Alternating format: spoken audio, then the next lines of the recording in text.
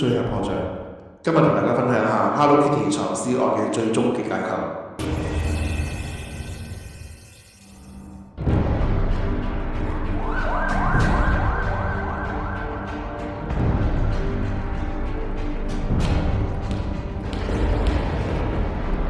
喺99年5月1號，13歲姓劉嘅阿方帶住警察去到尖沙咀加連威老道341號3樓嘅一個單位，喺面對加連威老道嘅1樓簷篷上面，發現一個黑色嘅膠袋。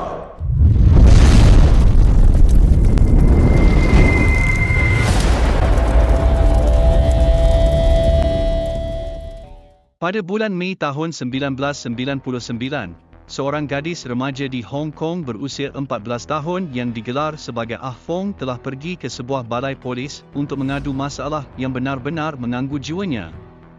Cerita Ah Fong, dia sering dibayangi oleh hantu seorang wanita yang telah mati akibat diseksa dengan kejam. Pada mulanya, pihak polis beranggapan cerita itu adalah sekadar khayalan Ah Fong. Namun selepas Ah Fong membuka mulut bahawa dia adalah salah seorang individu yang pernah menyeksa wanita tersebut, maka pihak polis mula mengambil serius tentang perkara itu.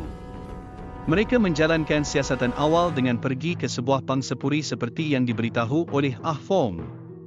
Ternyata, cerita Ah Fong bukanlah satu pembohongan. Di pangsapuri tersebut, pihak polis telah menemui sebuah patung Hello Kitty yang besar. Pemeriksaan selanjutnya mendapati ada satu tengkorak manusia di dalam patung berkenaan.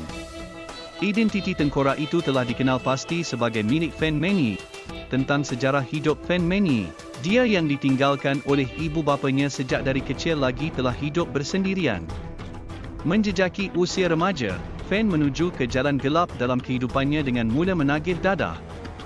Dia yang gagal untuk mengawal ketagihan memilih untuk menjadi pelacur bagi mendapatkan bekalan dadah. Fan dilaporkan telah berkahwin pada tahun 1996 dan kemudiannya mempunyai seorang anak. Walau bagaimanapun, perkahwinan tersebut dilanda isu keganasan rumah tangga berikutan status Fan serta suaminya adalah penagih dadah yang tegar. Awal tahun 1997, Fan telah berkenalan dengan seorang lelaki yang berusia 34 tahun iaitu Chan Menlok di sebuah kelab malam. Chan bukan lelaki sembarangan. Dia merupakan samseng merangkap sebagai pengedar dadah dan bapa ayam.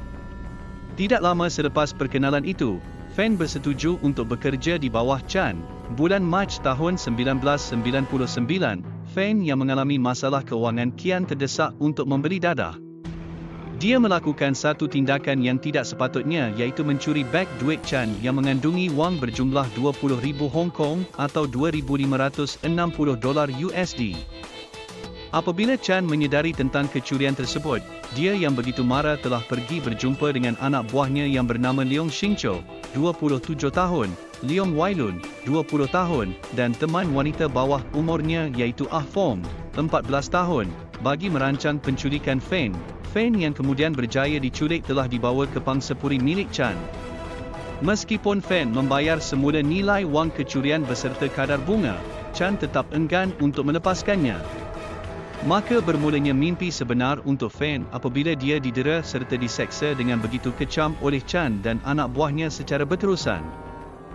Fan telah dibelasah, dirogol berkali-kali dan dipukul bertubi-tubi dengan paip besi. Paling mengerikan adalah kulit Fan dibakar. Lagi menjijikan, Fan dipaksa untuk memakan najis manusia. Setelah sebulan hidup dalam keadaan diseksa, Fan akhirnya mati jua. Sejurus selepas kematiannya disedari, mayat Fan telah dibawa oleh Chan dan anak buahnya ke dalam tep mandi. Di situ, badan Fan dikerat halus-halus menggunakan gergaji lalu dimasak bagi mengelakkan masalah bau busuk. Bahagian kepada Fan yang sudah siap dicukur pula direbus terlebih dahulu sebelum dimasukkan ke dalam patung Hello Kitty untuk dijahit. Selain itu, mereka bertiga turut menyimpan sebahagian gigi dan organ dalaman Fan ke dalam beg plastik kononnya sebagai buah tangan. Jika bukan kerana Ah Fong tampil ke hadapan, sudah pasti Chan dan anak buahnya tidak akan pernah ditangkap. Ah Fong membuat keputusan untuk mengkhianati Chan kerana dia sendiri sudah tidak tahan lagi dengan gangguan hantu Fan. Berdasarkan pemeriksaan yang dilakukan oleh pihak berkuasa, mereka telah menemui kesan DNA ketiga-tiga pelaku pada serpihan mayat Fan.